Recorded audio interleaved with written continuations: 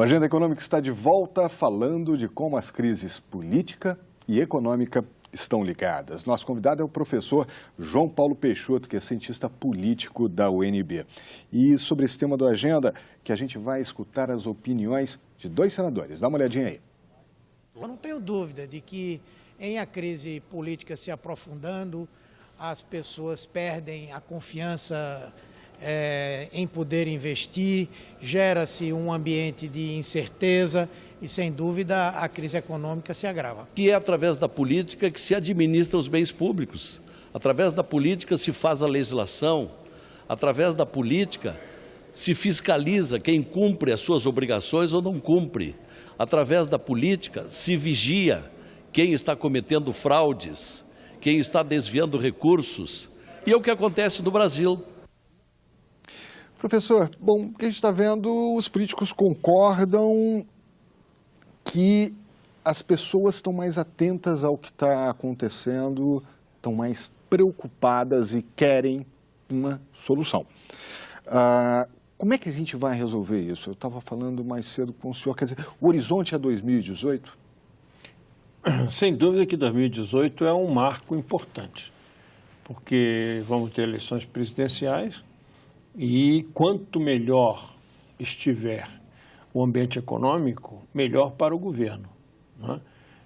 E para a atividade política de uma maneira geral, né? Porque uma depauperação da atividade econômica, da atividade política, favorece um grupo que não está no poder. E todos nós sabemos que o objetivo fundamental de todo partido é chegar ao poder. Agora, o senhor estava me dizendo que está otimista, que, na verdade, os indicadores econômicos não são tão ruins e que parece que a gente está começando a sair da crise. E estão em recuperação.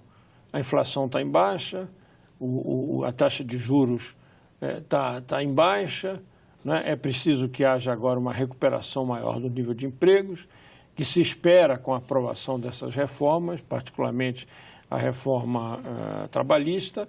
Não é? Então, quer dizer, há uma perspectiva de que, se as condições de temperatura e pressão continuarem as mesmas, que a atividade econômica tende a melhorar. O nível de investimento direto é bom, as exportações têm sido positivas para o Brasil, não é? Quer dizer, há um ambiente aí de relativa tranquilidade, do ponto, vamos dizer assim, que nos dá uma perspectiva de otimismo moderado. Agora, isso não quer dizer que nós não temos graves problemas internos, como um nível elevado de desemprego, como a questão social, com a questão da má distribuição de renda, da inequidade, vamos dizer assim, de igualdade de renda, não é? Quer dizer, essas são questões que vergonhosas para o Brasil. A diferença de renda que existe no Brasil é inaceitável. Então, agora, essas coisas não serão resolvidas até 2018. Podem ser atenuadas, mas não serão resolvidas. Agora, digamos que a economia decolhe até 2018. O brasileiro deixa de lado os problemas da política? Não é que deixe de lado, mas tendem a se preocupar menos, tendem a ter mais otimismo, não é? Dinheiro no bolso é algo fundamental. O seu poder de compra tendo sido restabelecido, você esquece muita coisa. Agora, a questão toda é que, por exemplo, se você tem eleições num ambiente de crise econômica, entendeu? Tudo trabalha contra o governo, contra quem está no poder. E, ao contrário, é a mesma coisa, né? Se tem-se um ambiente favorável econômico, crescimento, emprego, etc., os dividendos para o governo serão óbvios. Ou seja, o governo tem que trabalhar para conseguir aprovar o mais rápido possível essas reformas. Sem dúvida nenhuma. Eu acho e é isso que o governo tem procurado fazer, porque sabe da importância dessa reforma. Não só para o seu próprio prestígio, vamos dizer assim, mas como também para a melhoria do Brasil. Agora, também, essa é a agenda do governo, das reformas. Obviamente, também a agenda do setor econômico. Agora, a gente tem que colocar aí uma outra agenda das pessoas que vão às ruas, que foram às ruas no ano passado e que ameaçam voltar às ruas novamente. E elas têm uma agenda um tanto quanto difusa. É possível conciliar essas duas agendas? Olha, o Brasil precisa de inúmeras reformas. Foi muito bom você ter tocado nesse aspecto, porque nós estamos centrando muito, aliás, é o objetivo do programa, nas reformas econômicas versus a política, né?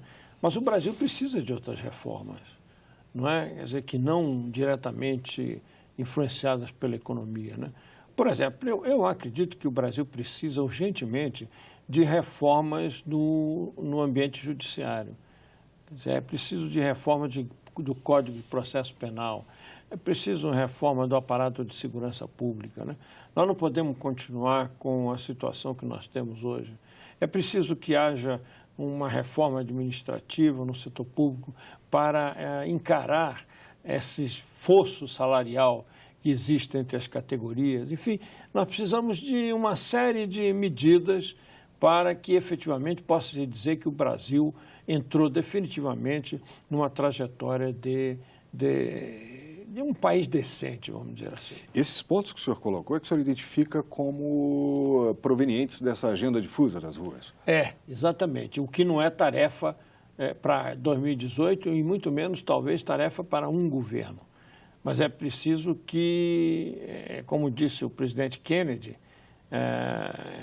quando do seu governo, né, e nós voltamos aí à década de 60, ele disse, olha, eu sei que nós não vamos resolver isso no meu governo, eu sei que nós não vamos resolver isso provavelmente no meu tempo de vida, mas deixe-nos começar. Então é preciso que essas outras reformas sejam pelo menos começadas.